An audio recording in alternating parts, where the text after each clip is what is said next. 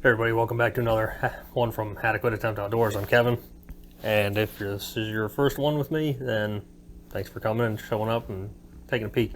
Today we're going to do another decoy overview, review, my thoughts to you, and maybe your thoughts back to me, I don't know. So, let's take a peek, find out what our next guest will be. Bluebill, bufflehead, gadwall. I have an idea. These. We'll get them. Alright, so I picked this thing, my buddy, who doesn't have a head. There's a head. Alright, these are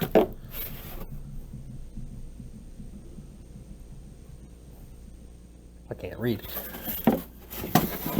Pontoon Perimeter Goose floaters. See, kind of like a shell, but it's not quite a shell. These things float. They got a ring right here on the front end. You tie up to hollow shell. You can use these things. You throw them up on land. Got yourself a shell decoy. You throw them in the water. You got floaters. So I got some of these about 12, 13, 14 years ago, and they came with these single piece heads. There was a few different head positions, but I've sold some of these recently, and then later in my collecting I came across these ones. You can you can kind of switch this one. Say he goes from like a feeder or a sleeper to, oh, come on now. Got yourself a Sentry. So the multi-purpose heads are pretty nice if you can get a hold of them with those. To be honest with you, I'm not really sure if these are newer style heads or much older. I think these might be the newer style heads. I even had one that was flocked randomly, so maybe somebody did that and then I ended up with it, but I don't have that one anymore. It has since passed from my hands. But what I like about these things, that they're pretty life-size. I would say that they're life-size. They're not really heavy. They're a little bulky, but they're not as bulky as, say, your full body floaters with the big heavy keels. And yeah, these things on the water, if you get a really stiff breeze, it will flip them over, and you got to be careful just taking these and throwing them out, because they'll probably land on their heads and then you got to go out and flip them over anyway. But how I rig these things is I tie a ridiculous knot onto here because I'm terrible with knots, so I just tie the crap out of it. And then I take a lead strap anchor, tie up to one end, wrap all the slack up the strap, and when I'm not using them, I take and I bend this into a loop so it can't come undone. And then when I do want to use it, I just take it, unspool however much I need, take it, close that loop back up, and it's not going to come undone anymore. You got set length. So there's that. What I say I like about these, they have pretty good feather detail. The colors when they were new weren't bad. I did get a bunch of these that were repainted by somebody, and I thought they did a pretty good job. I had almost 50 of these, and I just sold a random amount. I don't know if this is one of my originals or one of the possible repaints. I'm not sure. I've always really liked these. I thought the versatility of them, as like being floaters and shells, was kind of unmatched.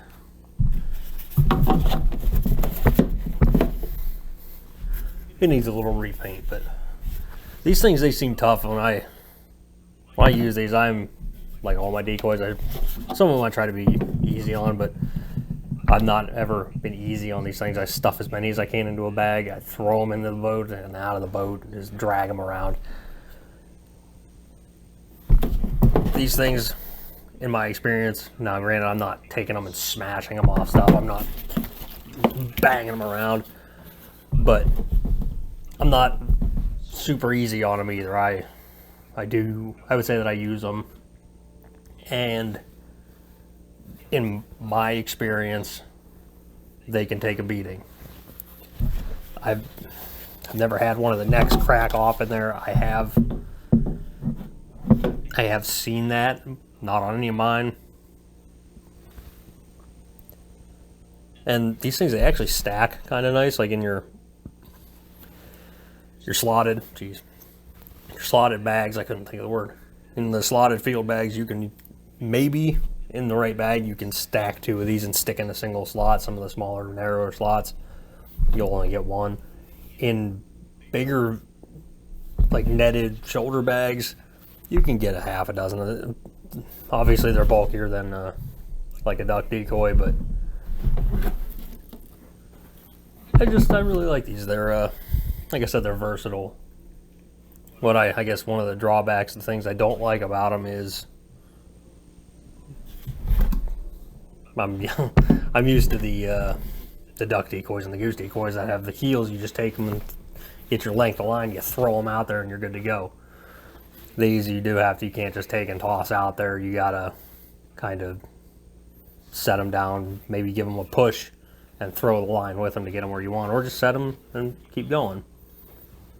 They're nice that way, but they're light. I mean, for as big as they are pretty light. The heaviest part is going to be the anchor on them.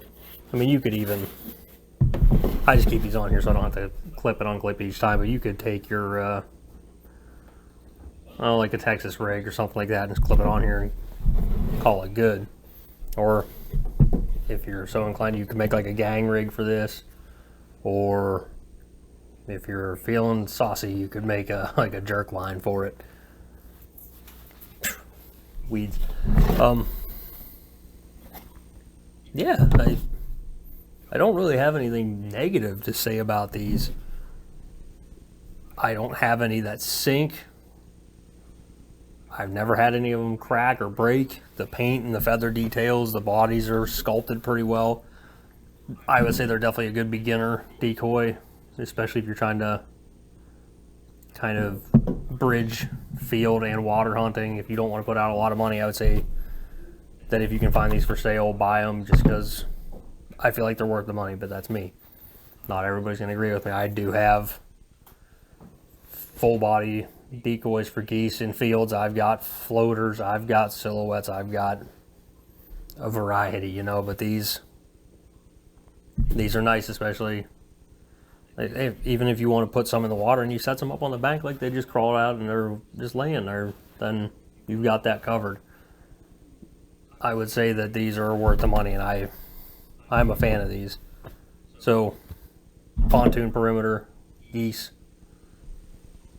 If you're in the market for some, keep an eye out. I've seen plenty of people selling these things, but I decided to downsize recently because I was accumulating more than I used. So, if you can find some and you're interested in filling out your spread, or just want to try something a little different, or you want to kind of have a good multi-purpose decoy, I would say go with the Pontoon Perimeters, because they're as versatile as you can get. So I give them the would buy rating. I don't think that they're a terrible decoy.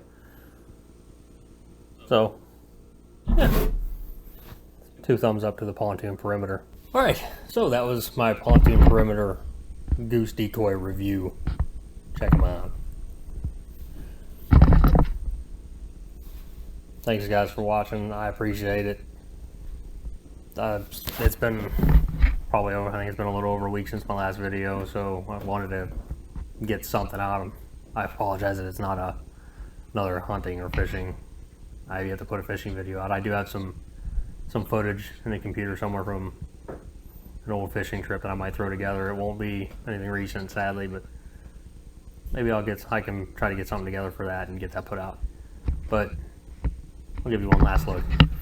You can see the feather detail down the bodies here, underside of the keel, or no keel, underside of the hull rather, and century feeder type head, then just kind of your low head. But I greatly appreciate everybody stopping by and taking a peek at this one. If you did, if you didn't, oh well, appreciate it all the same.